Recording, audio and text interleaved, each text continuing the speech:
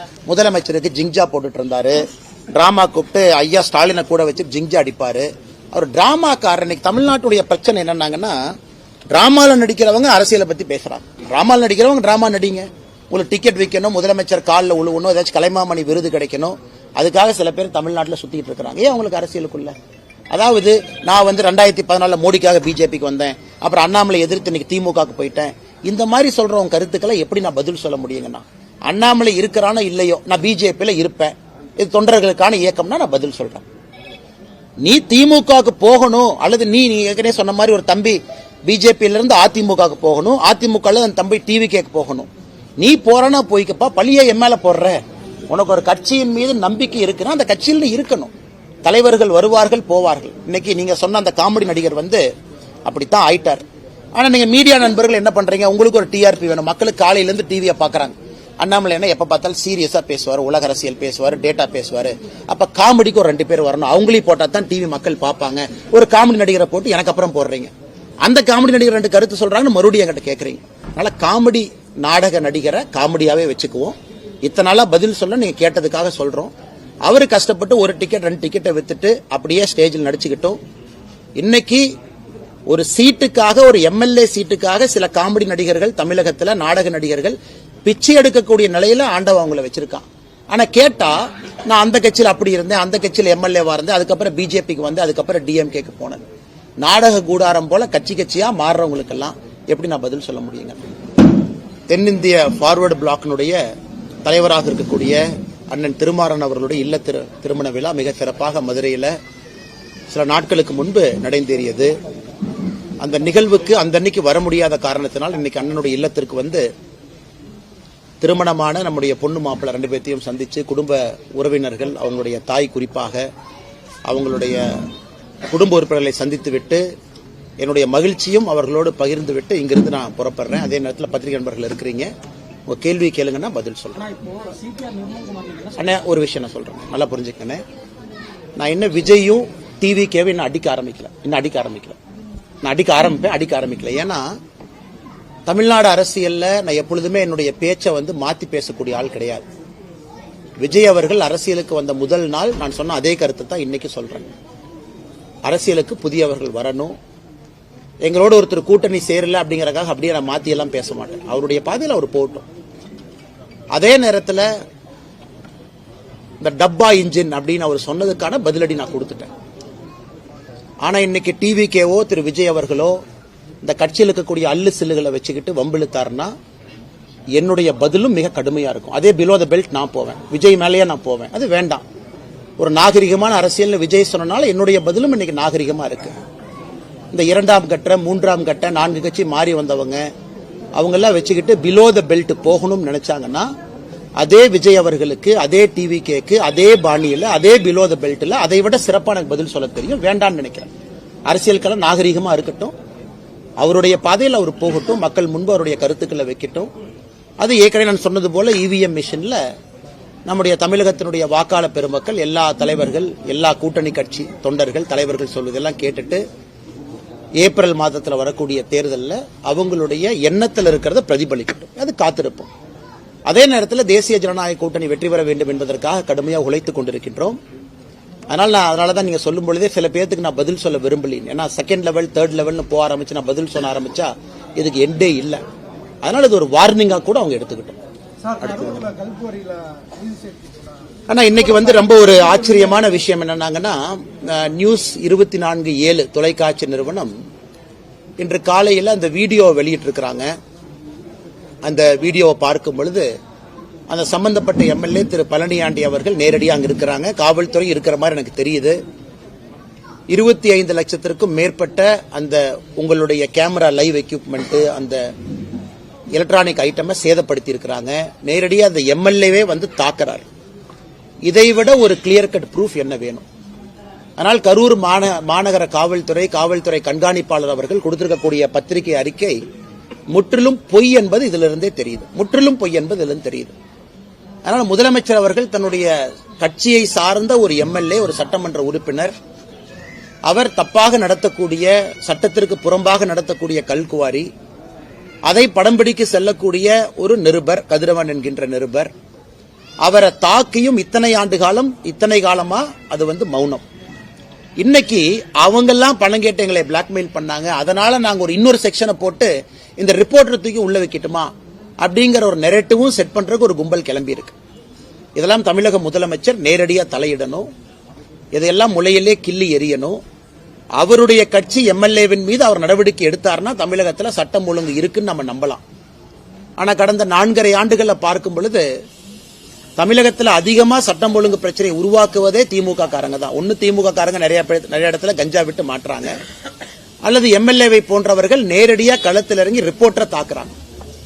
இதை விட தமிழகத்தில் சட்டம் ஒழுங்கு அதல பாதாளத்தில் இருக்கு அப்படின்னு படம் பிடித்து காட்டுவதற்கு என்ன வீடியோ வேண்டும் முதலமைச்சர் அவர்களே? உடனடியாக எஃப்ஐஆர் போடுங்க, கைது பண்ணுங்க, தூக்கி உள்ள வைங்க. எம்எல்ஏவா இருந்தாலும் பரவாயில்ல. எதுவுமே செய்யாம ஒப்புக்கு சப்பானியாக ஒரு காவல்துறையை, கரூர் காவல்துறையை வைத்துக் கொண்டு ஏதோ இந்த குற்றவாளி யார் அப்படின்னா இந்த நிருபர் குற்றவாளி அப்படிங்கிற மாதிரி ஒரு பிம்பத்தை கட்டமைக்கிறீங்க. அதையும் வன்மையாக கண்டிக்கத்தக்க ஒரு நிகழ்வு. முடிச்சுட்டு உங்கள்கிட்ட வர்றேங்கண்ணே, கேளுங்க. தமிழகத்துல என்டிஏவுக்கு எடப்பாடி பழனிசாமி தான் தலைமைன்னு நைனா நாயந்தர் உட்பட எல்லாரும் சொல்றாங்க. ஆனா அவர் பாஜக தலைமை அப்படின்ற மாதிரி ஒரு நேத்து நான் பதில் சொல்லியிருந்தேங்கன்னா, அது எங்களுடைய கட்சி, எங்களுடைய கூட்டணி, எங்களுடைய தலைவர்கள் அவங்க மக்கள் முன்னால எப்படி அப்படின்னு சொல்லிட்டாங்க. திரு விஜய் அவர்கள் கைத்தட்டு பெறுவதற்காக அவங்க கட்சிக்குள்ள அவர் என்ன வேணாலும் நரேட்டிவ் செட் பண்ணிக்கிட்டு அது அவருக்கு விட்டது. அதனால் தமிழக மக்கள் எல்லோருக்குமே தெரியும் யார் இன்னைக்கு முதலமைச்சரா இருக்கிறாங்க, எதிர்க்கட்சி தலைவரா யார் இருக்கிறாங்க, தேர்தல் களம் எப்படி இருக்குன்னு. ஆனால் இன்னைக்கு விஜய் அவர்களை பொறுத்தவரை நான் ஏற்கனவே நேத்து காலையில கோயம்புத்தூர்ல சொன்னது போல அந்த அரங்கத்துக்குள் இருக்கக்கூடிய தன்னுடைய தொண்டர்களுடைய விசிலுக்காக கைத்தட்டலுக்காக பேசிய பேச்சாக மட்டும்தான் இருந்தோ தவிர ஒரு டெப்தா, ஒரு சிந்திக்க வைக்கக்கூடிய ஒரு வாக்காளன எதற்கு நான் உங்களுக்கு ஓட்டு போடணும், எதற்கு மாற்றம் வேண்டும் அப்படிங்கிற பேச்சா இல்லை. அதனால அதை கடந்து போய் விடலாங்கண்ணா. திருப்பரங்குன்றத்துல அந்த நீதிமன்றம் உத்தரவிட்டு அந்த தீபம் ஏற்ற விடல.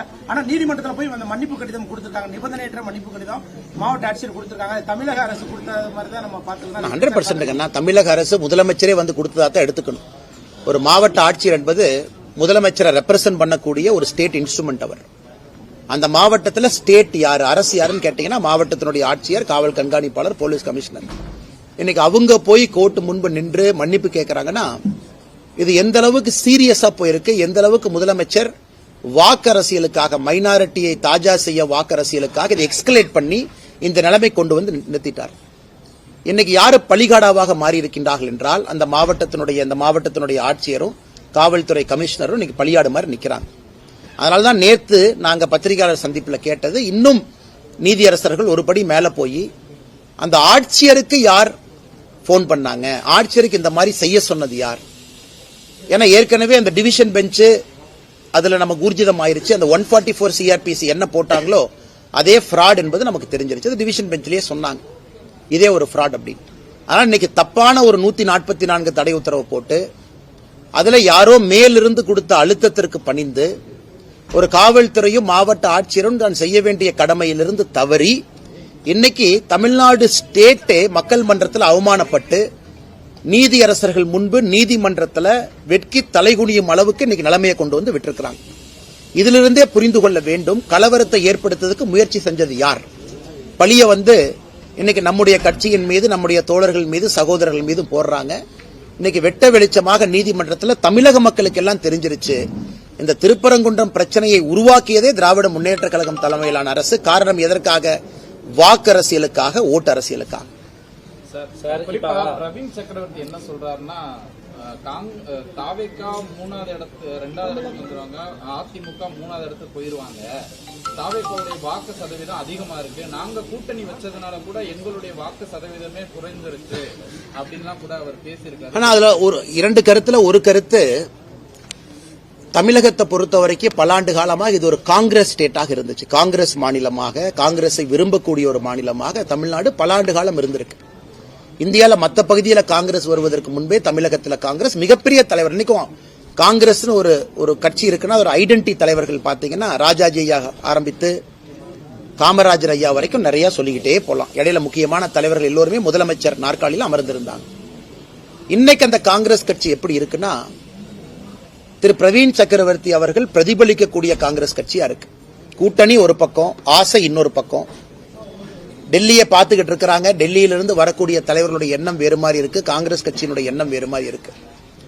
ஆனால் இன்னைக்கு பாத்தீங்கன்னா காங்கிரஸ் கட்சி தமிழகத்தினுடைய தலைவருடைய நிலம் எப்படின்னா, தன்னுடைய சொந்த கட்சியை சார்ந்த ஒருவர் தனியார் தொலைக்காட்சி நிறுவனத்துக்கு பேட்டி கொடுத்து இவங்க வளர்ந்துட்டாங்க, திமுக வளர்ந்துச்சுன்னு எங்கேயுமே சொல்ல, திமுக ஆட்சிக்கு வரணும் எங்கேயுமே அவர் சொல்லல.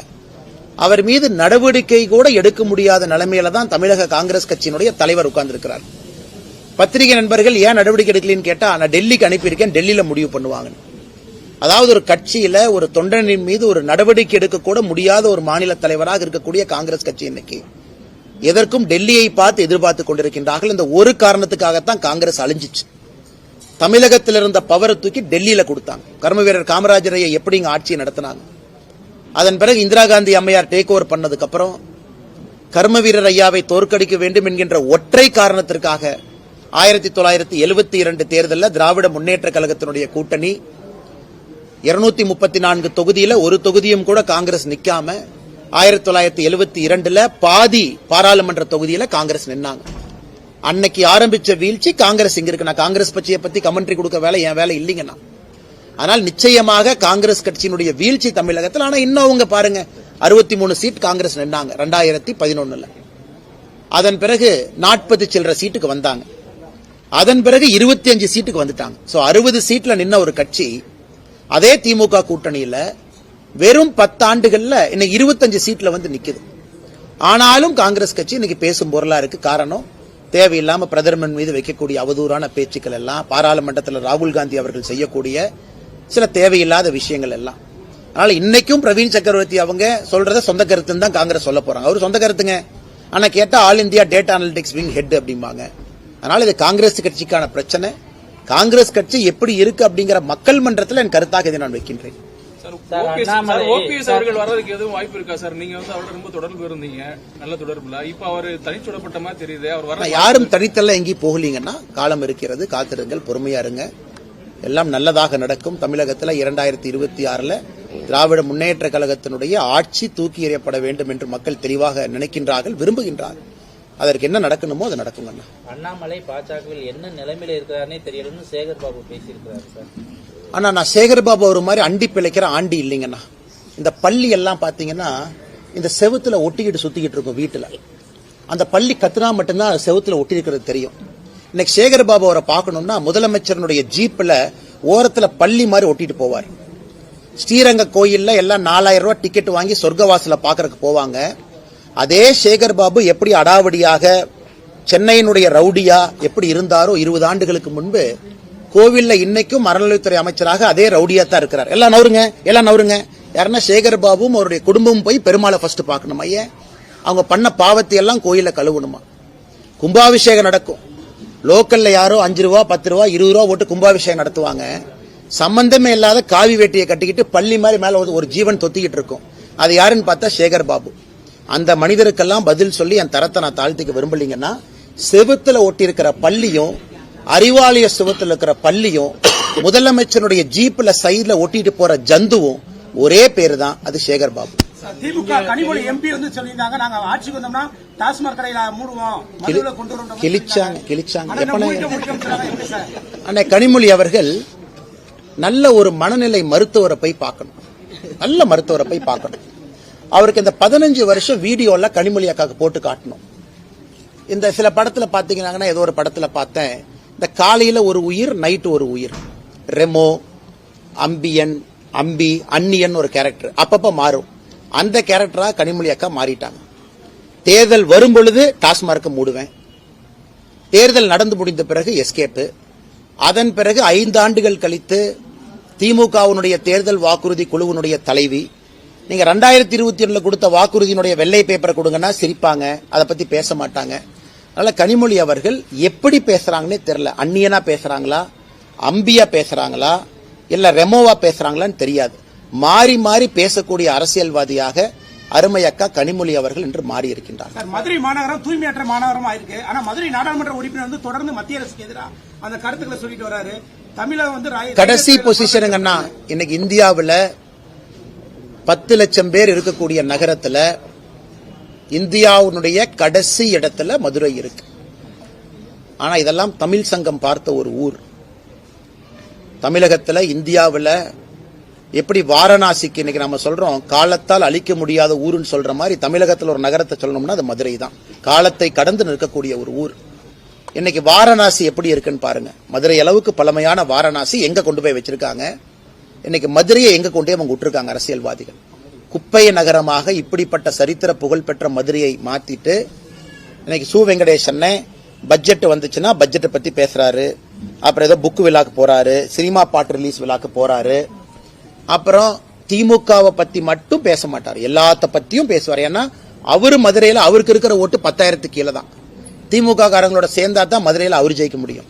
அதனால திமுக காரங்களை பத்தி மட்டும் பேசவே மாட்டார், மிச்சதெல்லாம் அவர் பேசுவார். அதனால இன்னைக்கு மதுரை மாநகரத்தினுடைய எம்பி நிலைமையை நினைச்சா ரொம்ப பரிதாபமா இருக்குங்கன்னா, பாராளுமன்றத்தில் மோடி அவர்களை குற்றம் சொல்வது, குறை சொல்வது, பல பொய்களை சொல்லி மாட்டியிருக்கிறார். இதற்கு முன்பு விமான நிலையத்தை பத்தி ஒன்று சொன்னாரு. அதற்கு நம்முடைய விமானத்துறையினுடைய அமைச்சரை நேரடியாக பதில் சொல்லி இருந்தாங்க. எப்பாவது பாராளுமன்றத்தில் இந்த குப்பை பிரச்சனை இருக்கு அப்படின்னு பேசியிருக்காங்கன்னு, குப்பை பிரச்சனைக்கு முழு காரணம் திராவிட முன்னேற்ற கழகம் அப்படின்னு பேசியிருக்காங்கன்னு, முதலமைச்சரை சந்திச்சு மதுரையில் இருக்கக்கூடிய குப்பை பிரச்சனைக்கு தீர்வு கேட்டிருக்காங்கன்னு, இங்க இருக்கக்கூடிய மேயரோடு உட்கார்ந்து குப்பை பிரச்சனை தீர்ப்பதை பத்தி பேசியிருக்காரா?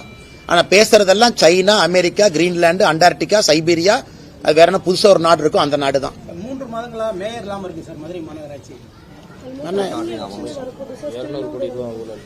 ஆனா கரெக்ட், இந்த மதுரை மாநகராட்சி தான் அந்த ஃபேமஸா அந்த ஊழல் வழக்கில் எல்லாம் மாத்தி மாத்தி கம்ப்ளைண்ட் கொடுத்து கடைசியில் அறிவாலயத்தில் மேயரை வீட்டுக்கு போக சொல்லி இன்னைக்கு மேயரே இல்லாத ஒரு நகரமாக மதுரை மாறி இருக்கிறது. அது இங்க இருக்கக்கூடிய 2 அமைச்சர்களுக்கு கொண்டாட்டம். ஏன்னா மேயர் பாத்தீங்கன்னா இந்த அமைச்சர் கார் பக்கத்தில் போறதா, இந்த அமைச்சர் கார் பக்கத்தில் போறதா அந்த அம்மாவுக்கு பெரிய பிரச்சனையா ரொம்ப காலமா இருந்துச்சு. இன்னைக்கு மேயர் பதவியே இல்லாதனால தனிக்காட்டு ராஜாவாக 2 அமைச்சர்களும் சுத்திட்டு இருக்காங்க. அவங்க ஈகோலயே மதுரை அழிஞ்சிருச்சு. இன்னைக்கு தமிழ்நாட்டில் ஒரு ஊர், திராவிட முன்னேற்ற கழகத்தினுடைய 2 அமைச்சர்கள் இருக்கக்கூடிய ஒரு ஊர், அவர்கள் இருவருடைய ஈகோல அழிஞ்சிருக்குன்னா அது மதுரை. இருவருடைய தனிப்பட்ட ஈகோல மதுரை மாநகராட்சியும் மதுரை நகரத்தையும் குப்பை நகரமாக மாத்தி எங்கேயோ கொண்டு நிறுத்தி வச்சிருக்காங்க. சார் கடைசியா ஒண்ணு, இப்ப நீங்க தெளிவான விளக்கம் கொடுத்துட்டீங்க சார். ஏன் அந்த தேர்தல் பொறுப்பாளர்ல இருந்து விலகின அப்பாவுடைய உடல் அண்ணா நீங்க கேட்டதுக்காக மறுபடியும் சொல்றாங்கன்னா அண்ணா நல்லா புரிஞ்சுக்கணும். அண்ணா இந்த தேர்தல் பொறுப்பாளர் என்பது கட்சியினுடைய அமைப்பு வேலை, கட்சியினுடைய அமைப்பு வேலை. இந்த பூத்து, சக்தி கேந்திரம், நம்முடைய தொண்டர்களை சந்திப்பது அமைப்பு வேலை. அதுக்கு நம்ம கிட்ட நிறைய தலைவர்கள் இருக்கிறாங்க, நிறைய திறமையான தலைவர்கள் இருக்கிறாங்க, அவங்க நிறைய செய்வாங்க. இந்த அமைப்பு வேலையை பொறுத்தவரை, பாரதிய ஜனதா கட்சியை பொறுத்தவரை ஒரு ஆத்மார்த்தமான வேலை. ஒரு தொகுதினா நீங்க அங்கேயே போய் தங்கி இருக்கணும், 2-3 நாட்கள் அட்டஸ்டச்சா இருக்கணும், வீடு வீடாக போகணும், தொண்டர்கள் எல்லாத்தையும் நம்ம தயார் நிலைப்படுத்தணும், அதன் பிறகு ஆர்கனைசேஷனை சரி பண்ணணும், பூத் அளவெல்லாம் ரெடி பண்ணணும், பூத் கமிட்டியை செக் பண்ணணும். இது முழுவதுமாக ஒரு அமைப்பு வேலை. இன்னைக்கு அமைப்பு வேலை செய்யணும்னா முழுமையாக நேரம் கொடுத்து நீங்க பண்ணணும். அங்க இருக்கணும், நீங்க கட்சி உங்களை எதிர்பார்க்கும், சொல்ற டேட்டுக்கு நீங்க அங்க போகணும். ஏன்னா மாநில தலைவராக இருக்கும் பொழுது நாங்கள் அதை செஞ்சிருக்கோம், எல்லா தலைவர்களும் அதை செஞ்சிருக்கிறாங்க. இன்னைக்கு நான் அந்த நேரம் கொடுக்க முடியாத சூழ்நிலையில நான் இருக்கேன். இந்த நேரத்துக்கு 7ஆம் தேதி போங்க, என்னால 7ஆம் தேதி போக முடியுமான்னு தெரியலீங்கன்னா அதான் நேத்து அதுக்கான காரணம் நான் சொன்னேன். மற்றபடி அரசியல் வேலையும் இன்னைக்கு நம்முடைய இளைஞரணி தம்பியினுடைய திருமணம் இருந்துச்சு. இப்பதான் திருப்பரங்குன்றத்துல திருமணத்தை முடிச்சுட்டு இங்க வர்றேன். அண்ணன் திருமாறன் அண்ணன் அவர்கள் எனக்கு ஒரு சகோதரரை போல. நான் 2-3 நாள் தாமதமா வந்தாலும் கூட என்னை அதே இன்முகத்தோடு வரவேற்கக்கூடிய அன்னைக்கு அண்ணன் வீட்டுல நான் இருக்கேன். அதனால இந்த பணி எனக்கு எப்ப நேரம் இருக்கோ ஓடி வந்துடுறேன். உதாரணத்துக்கு 3 நாள் தாமதமா வர்றேன். அதனால அமைப்பு வேலையை கட்சி பார்த்துக்கும், தலைவர்கள் இருக்கிறாங்க, தொண்டர்கள் இருக்கிறாங்க, அது ஒரு பக்கம். மற்றபடி அரசியலை பொறுத்தவரை நம்ம பேசணும். பிரஸ் மீட்ல கேள்வி கேட்கறீங்க, நம்ம என்ன பதில் இல்லைன்னு சொன்னாங்கன்னா அரசியல் கேள்வி கேட்கறீங்க, அதுக்கான பதிலையும் நான் சொல்லியிருக்கேன். அதிலிருந்து பின்வாங்க போவது கிடையாது. அதற்கு கட்சிக்கு நம்ம நேரம் கொடுக்கிறோம். ஏன் நம்முடைய அகில இந்திய தலைவர் திரு நிதின் நபீன் அவர்கள் பொறுப்பேற்பதற்கு முன்னாடி நாள் நாமினேஷன் ஃபார்ம் கொடுக்கணும். அன்னைக்கு நான் அகில இந்திய தலைவர்கள்ட்டே நான் பர்மிஷன் கேட்டேன், ஐயா இன்னைக்கு என்னால வர முடியாது, கொஞ்சம் குடும்பத்தினுடைய சூழ்நிலை, நான் நாளைக்கு வந்துடுறேங்க ஐயான்னு. அடுத்த நாள் டெல்லிக்கு போய் அந்த நிகழ்ச்சியில பங்கேற்றேன். இது எல்லோருமே புரிந்து கொள்வார்கள். ஒரு கட்சியை பொறுத்தவரை எல்லாத்துக்குமே தெரியும் யாரை எங்க பயன்படுத்தணும், யாரை எங்க கூப்பிடணும். இது நேத்திலிருந்து பயங்கரமா நானும் பாக்குறேன், டிவியில் அப்படி டிபேட், அப்படி மீடியா அப்படி. சோ இந்த அன்னைக்கு அமைப்பு வேலைகளை அடுத்த 30 நாளும் நேரம் கொடுக்கணும். அவங்களுக்கு 5 தொகுதி கொடுத்திருக்காங்க, 6 தொகுதி கொடுத்திருக்காங்க, 3 தொகுதி கொடுத்திருக்காங்கன்னா அவங்க நேரம் கொடுத்து அங்க இருப்பாங்க. அந்த தொகுதியை வெற்றி தொகுதியா மாத்துவாங்க. அதே தொகுதிக்கு நாளைக்கு பிரச்சாரத்துக்கு போகணும், நான் அவைலபிளா இருக்கேன். மார்ச்ல சூழ்நிலை மாறி இருக்கும், வாங்கன்னு கேட்கறாங்க, நான் திரும்ப அங்க போறேன். ஆனா இன்னைக்கு எனக்கு அந்த சரியான நேரத்திற்கு நாம் செல்லவில்லை என்றால் அது கட்சியை அவமானப்படுத்துற மாதிரி இருக்கும். அதனால எப்பவோ நான் கட்சிக்கு சொல்லிட்டேன். நேத்து பத்திரிகையாளர் சந்திப்புல நீங்க அண்ணே கோயம்புத்தூர்ல நிப்பீங்களா, அண்ணே இங்க நிப்பீங்களான்னு கேட்டதுக்காக நான் பதில் சொன்னேன். நானாக சொல்லல, கேட்டீங்க, நான் பதில் சொன்னேன். எப்பவுமே என்னை பொறுத்தவரை நான் ஒளிச்சு மறைக்கிற ஆள் இல்ல, நேரடியா பதில் பேசிட்டு போறாள். ஏன்னா எப்பொழுதுமே நேரடியா பேசிட்டோம்னா மனசுல எப்பவுமே பாரம் இருக்காது. அதே நேரத்தில் நண்பர்கள் நன்றாக புரிந்து கொள்ள வேண்டும், பாரதிய ஜனதா கட்சி தேசிய ஜனநாயக கூட்டணியை பொறுத்தவரை 2026 திராவிட முன்னேற்ற கழகம் யூபிஏ, இன்னைக்கு அவங்க மாத்தி மாத்தி பேர் வச்சுக்கிறாங்க, இந்தி அலையன்ஸ் வச்சுக்கிறாங்க, யூபிஎன் வச்சுக்கிறாங்க. அது என்ன பேராக இருந்தாலும் கூட அவர்கள் 2026 ஆட்சி கட்டலிலிருந்து இறக்கப்பட வேண்டும் என்பதிலே தெளிவாக இருக்கின்றோம். அண்ணாமலை சார் மீண்டும் கோவையில் போட்டியிடுவாங்க. அண்ணே, நம்ம கட்சியை பொறுத்த வரைக்கும் அண்ணே, இந்த கட்சியினுடைய ஒரு நல்ல விஷயம் என்னன்னா, எல்லாத்துக்குமே அந்த கட்சி ஒரு பணி கொடுக்கும், இதை செய்யுங்கன்னு சொல்லணும். ஈவன் சிட்டிங் எம்எல்ஏவாக இருந்தாலும் கூட கட்சி ரீநாமினேட் பண்ணாதான் அவங்க அந்த தொகுதியினுடைய சட்டமன்ற வேட்பாளராக திரும்ப வருவாங்க. ஆனால் இந்த கட்சியை பொறுத்தவரை ஒரு அற்புதமான விஷயம் என்னன்னா, கட்சி சொல்லும் யாரு எங்க நிக்கணும், எதற்காக நிக்கணும். 2024 கோயம்புத்தூர்ல நிக்கணும், கோயம்புத்தூர் நின்னாச்சு. 2026 எங்க நிக்கணும்னு சொல்லும் பொழுது அங்க நிக்கிறோம். அதே நேரத்தில் எல்லா பகுதியிலும் வேலை செய்யறோம், அரசியல் வேலைகள் எல்லா பகுதிக்கு போறோம், எல்லா இடத்துலயும் பேசுறோம். இன்னைக்கு மதுரையில் இருக்கிறோம், நேத்து கோயம்புத்தூர், அடுத்த 2-3 நாள், நாளைக்கு மத்தியானத்துல இருந்து கோயம்புத்தூர்ல இருப்பாங்க 2 நாளைக்கு. அதனால எங்கெங்கெல்லாம் நேரம் கொடுக்க முடியுதோ கோயம்புத்தூர்ல இருந்து வெளியே வந்து நேரம் கொடுத்துட்டு திரும்ப நான் போய்க்கிறேங்கன்னா, அமைப்பு வேலையை பொறுத்தவரை சொல்லுகின்ற நேரத்திற்கு என்னால் வர முடியாது என்பதை நான் தெளிவுபடுத்தியிருக்கேன். கட்சிக்கும் ரொம்ப நாளைக்கு முன்னாடி சொல்லிட்டேன், அகில இந்திய தலைவர்களுக்கும் ரொம்ப நாள் முன்னாடி நான் சொல்லிட்டேன். அதற்குத்தான் நான் நிதின் நபீன் அவர்களுடைய பதவியேற்பு விழாவையும் கூட உங்களுக்கு ஒரு உதாரணமா நான் கொடுத்தேன். இந்த குழப்பம் யாருக்கு இருக்கக்கூடாதுங்கிறதுக்காக ஒரு உதாரணமா கொடுத்தேன். நன்றி அண்ணா. அண்ணா எஸ் வி சேகர் அண்ணா ஒரு டிராமால தான் நடிச்சிட்டு இருந்தாரு. அவர் டிராமால நடிச்சிட்டு இருந்தாரு, முதலமைச்சருக்கு ஜிங்ஜா போட்டுட்டு இருந்தாரு, டிராமா கூப்பிட்டு ஐயா ஸ்டாலினை கூட வச்சு ஜிங்ஜா அடிப்பாரு. அவர் டிராமாக்காரர். இன்னைக்கு தமிழ்நாட்டுடைய பிரச்சனை என்னன்னாங்கன்னா, டிராமால நடிக்கிறவங்க அரசியலை பத்தி பேசுறாங்க. டிராமால நடிக்கிறவங்க டிராமா நடிங்க, உங்களுக்கு டிக்கெட் விற்கணும், முதலமைச்சர் காலில் உழுவணும், ஏதாச்சும் கலைமாமணி விருது கிடைக்கணும், அதுக்காக சில பேர் தமிழ்நாட்டில் சுத்திட்டு இருக்காங்க. ஏன் அவங்களுக்கு அரசியலுக்குள்ள? அதாவது நான் 2014 மோடிக்காக பிஜேபிக்கு வந்தேன், அப்புறம் அண்ணாமலை எதிர்த்து இன்னைக்கு திமுகவுக்கு போயிட்டேன், இந்த மாதிரி சொல்றவங்க கருத்துக்களை எப்படி நான் பதில் சொல்ல முடியுங்கன்னா? அண்ணாமலை இருக்கிறானோ இல்லையோ, நான் பிஜேபியில இருப்பேன், இது தொண்டர்களுக்கான இயக்கம்னா நான் பதில் சொல்றேன். நீ திமுகவுக்கு போகணும், அல்லது நீ ஏற்கனவே சொன்ன மாதிரி ஒரு தம்பி பிஜேபியில இருந்து அதிமுகவுக்கு போகணும், அதிமுக அந்த தம்பி டிவிகேக்கு போகணும். நீ போறனா போய்க்கப்பா, பழிய என் மேல போடுற. உனக்கு ஒரு கட்சியின் மீது நம்பிக்கை இருக்குன்னா அந்த கட்சியில் இருக்கணும். தலைவர்கள் வருவார்கள் போவார்கள். இன்னைக்கு நீங்க சொன்ன அந்த காமெடி நடிகர் அப்படித்தான் ஆயிட்டார். ஆனா நீங்க மீடியா நண்பர்கள் என்ன பண்றீங்க, உங்களுக்கு ஒரு டிஆர்பி வேணும், மக்களுக்கு காலையில இருந்து டிவியை பாக்குறாங்க. அண்ணாமலை என்ன எப்ப பார்த்தாலும் சீரியஸா பேசுவாரு, உலக அரசியல் பேசுவாரு, டேட்டா பேசுவாரு. அப்ப காமெடிக்கு ஒரு 2 பேர் வரணும், அவங்களையும் போட்டா தான் டிவி மக்கள் பார்ப்பாங்க. ஒரு காமெடி நடிகரை போட்டு எனக்கு அப்புறம் போடுறீங்க, அந்த காமெடி நடிகர் 2 கருத்து சொல்றாங்கன்னு மறுபடியும் என்கிட்ட கேக்குறீங்க. அதனால காமெடி நாடக நடிகரை காமெடியாவே வச்சுக்குவோம். இத்தனை நாளா பதில் சொல்ல நீங்க கேட்டதுக்காக சொல்றோம். அவரு கஷ்டப்பட்டு ஒரு டிக்கெட் 2 டிக்கெட்டை வித்துட்டு அப்படியே ஸ்டேஜில் நடிச்சுக்கிட்டோம். இன்னைக்கு ஒரு சீட்டுக்காக, ஒரு எம்எல்ஏ சீட்டுக்காக சில காமெடி நடிகர்கள் தமிழகத்துல, நாடக நடிகர்கள் பிச்சை எடுக்கக்கூடிய நிலையில ஆண்டவன் அவங்கள வச்சிருக்கான். ஆனா கேட்டா நான் அந்த கட்சியில் அப்படி இருந்தேன், அந்த கட்சியில் எம்எல்ஏவா இருந்தேன், அதுக்கப்புறம் பிஜேபிக்கு வந்து அதுக்கப்புறம் டிஎம்கேக்கு போனேன். நாடக கூடாரம் போல கட்சியா மாறுறவங்களுக்கெல்லாம் எப்படி நான் பதில் சொல்ல முடியுங்க? தேங்க்யூ. பாப்பா.